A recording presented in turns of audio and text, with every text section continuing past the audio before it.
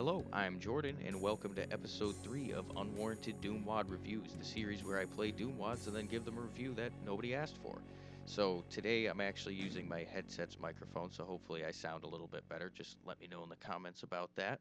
Today we're doing Map 2 Around the Tower from the WAD, A WAD for Children by Arthur, who has indeed made the map set with the idea that it should be more approachable for children. It's a self-imposed speed mapping challenge, as I understand, and the author made 3 maps in just 2 days, which is pretty impressive. So a neat idea for a WAD there. I'm gonna shut up for now for the rest of the gameplay, and I'll be back at the end with my review.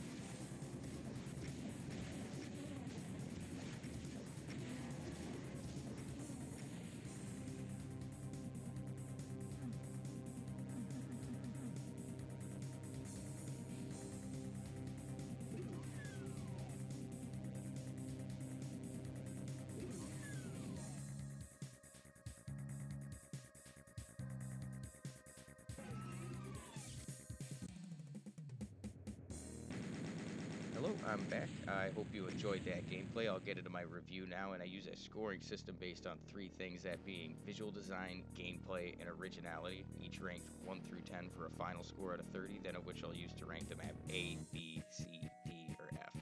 As I said before, the author has made this as a speed mapping challenge with the idea of it being accessible to children, so I'm going to try and look at it from that perspective. For visual design, I gave this an 8 out of 10. I think it's a step up from the last map. It's decently varied in design and texture usage, and for a speed map, I think it's a little more than competent. There was a little more time spent on having some visually distinct parts of the map, at least it seemed to me. So I'm going to give that an 8 out of 10, in the visual department, that is, and 10 out of 10 for gameplay, I think. Having those sections with like the rocket launcher and like all the enemies to kill, that's just the sort of thing a kid would like. And also having the surprise with the cacodemons and the barons, and then the archviles kind of threatening level progression in the center of the tower there, that's like just enough challenge to keep kids on their toes as well. So for what the author was going for there, I think he nailed it, and it was genuinely still fun to blast through each little encounter there. For originality, I'd say 7 out of 10. Again, a step up from the last map.